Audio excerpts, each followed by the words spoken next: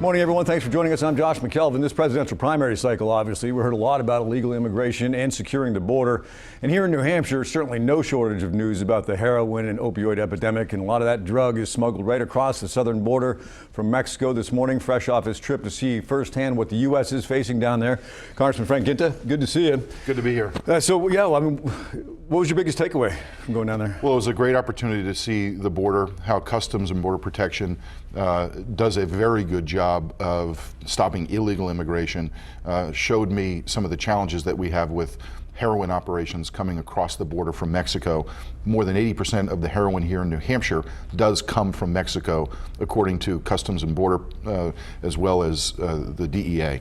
So met with them, met with EPIC, the El Paso Intelligence Center, which is an intelligence gathering operation for the Western Hemisphere to assist local and federal law enforcement in interdiction efforts. Also went to Fort Bliss, met with the general there. They provide support to the customs agents, which not many people realize.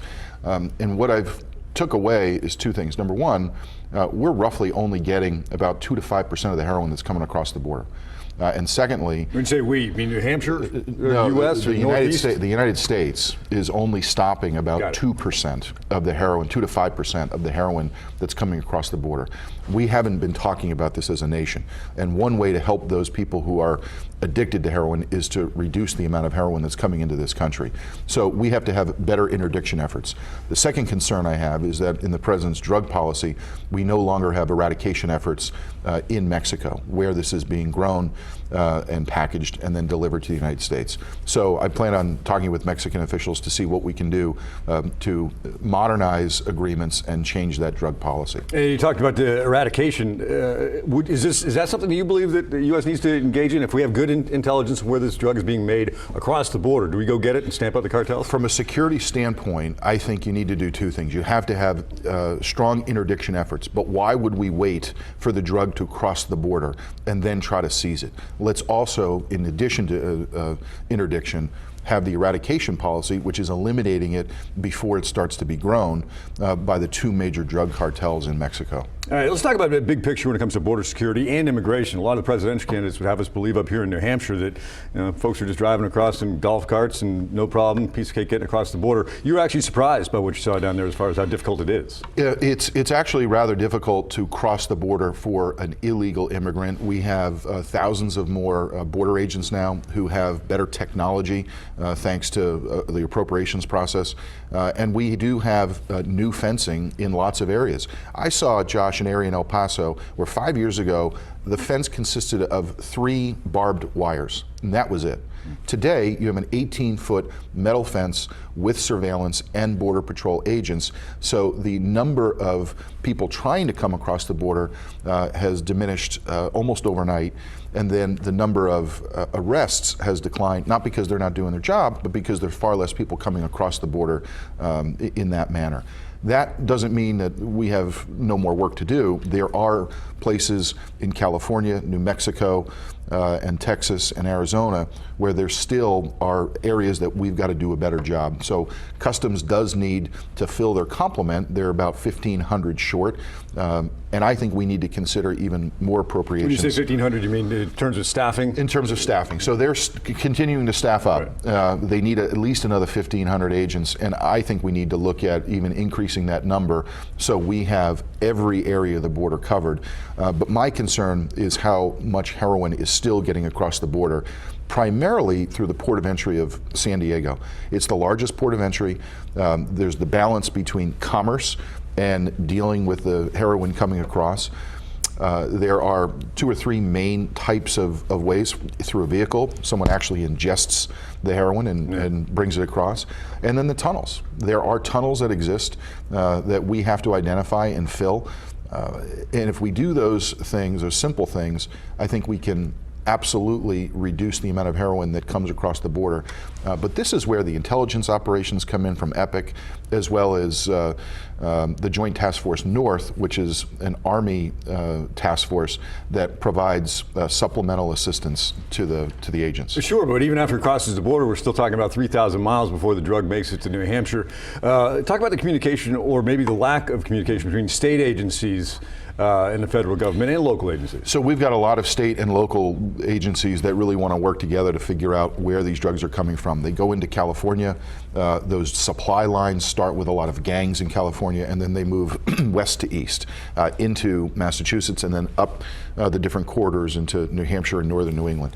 EPIC, the El Paso Intelligence Center, is the intelligence operation for the Western Hemisphere that works with federal, state, and local agencies, including police departments, to identify through their intelligence gathering capabilities who these individuals are, where these supply lines are. So I plan on bringing representatives of EPIC to New Hampshire to meet with not just our state agencies, but local police departments, so we can work more collaboratively in a way to identify those supply lines. You can't just go after the drug cartels, you also have to go after those mid-level dealers in those supply lines in the United States. One more question on this, and maybe we don't even have an answer for it. It would seem that New Hampshire was almost targeted for a market by these dealers. Other states don't have the problem. I mean, they have the problem, but not to the degree we're seeing it here.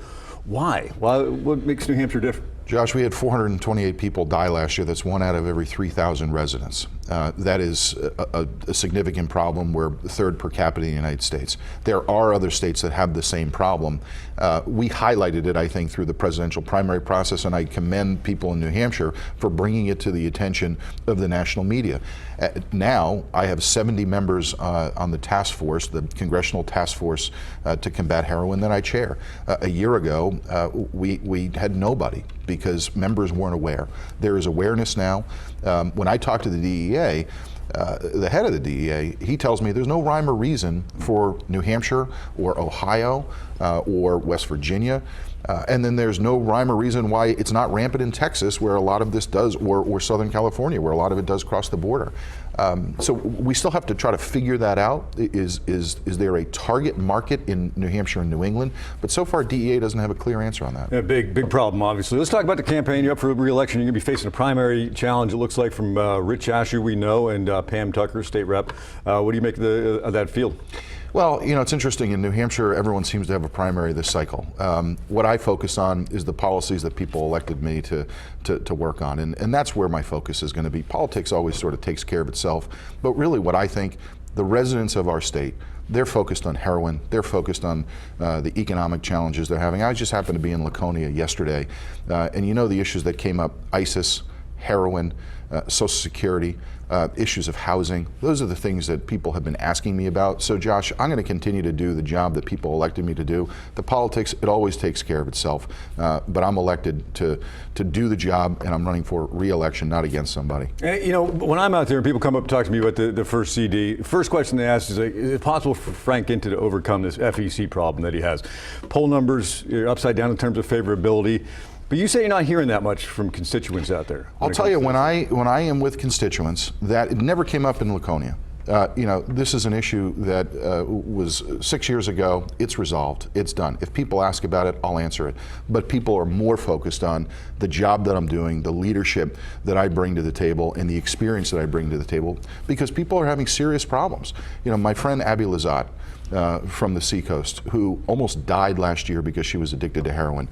Great story, survived, had her baby, who is no longer addicted to heroin. She is now 6 months clean. I talk to her and text with her almost weekly. She's the person that I'm fighting for. Those are the people that care about who leads and who represents them. And that's why I'm so passionate about this issue and making sure that no other family has to go through what Abby went through or what many of our friends and families continue to go through. It's a huge problem, but if we've learned anything from this cycle, that people there's an appetite for something different. Obviously, the status quo isn't good enough right now for whether it's Donald Trump or Bernie Sanders and the energy that their campaigns have seen. Do you feel that you have any, and a lot of that frustration is just Congress in general and ineffectiveness. Do you feel, though, personally, you have to overcome or make any reparations when it comes to trustworthiness? Because there are still a lot of people out there that that don't believe what you say when it comes to that FEC thing. You know, Josh, I've been serving the state for 15 years in different capacities. And interestingly, I'm not the establishment guy in this race. People see me as the tough on crime mayor that they trusted to deal with cutting taxes, deal with reducing the debt of the state's largest city, deal with the drug problem that we had. And as a result of that kind of leadership, Manchester, when I was mayor, was identified as one of the best managed cities in America.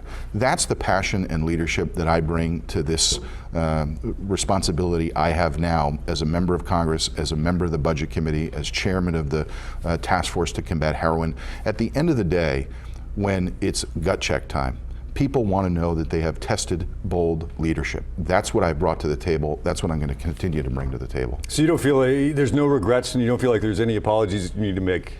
Look, I've already dealt with all that, and the reality is, you know, I said I made a mistake. I've resolved it. I'm doing the job that people elected me to do. And you know, when I meet with people across the state, yesterday in Laconia, people, you know, I met a woman who had 2 family members die of heroin, one last week. She was almost in tears. That's what she cares about. That's what people care about. That's the focus that I should have. And again, the politics will take care of itself. You know, I'll do my job. I'll focus on re-election. I'm not running against anybody. I'm focusing on the type of congressman people want me to be. How does the Republican Party get back together? Again, from the Donald Trump aspect of it, to the national level, we've seen it. You know, all bets are off in terms of presidential politics. And this year, obviously, I think exemplifies that. The reality, I think, is while we're going through this presidential primary process, a lot of challenges, you're down to 3 people. Who knows if we're going to have a brokered convention? It appears that we may, just based on the delegate count. I think the way to sort of bring this party together is by talking about leadership for the nation and what we need to do after the 8 years of this president. And that kind of leadership and that kind of discussion, after we have this long family discussion about who the nominee is going to be, I think that individual will bring the party together. What I'm doing here in New Hampshire to try to make that happen is not to disparage anybody, to talk about the good ideas that Republicans are bringing to the table and the solutions that we can work with Democrats, like I've done with Andy Custer, not just on the Stop Abuse Act, but on other, you know, Veterans Choice Card. That's what people really want to see. They want to see a principled leader who can work with members of the other side of the aisle.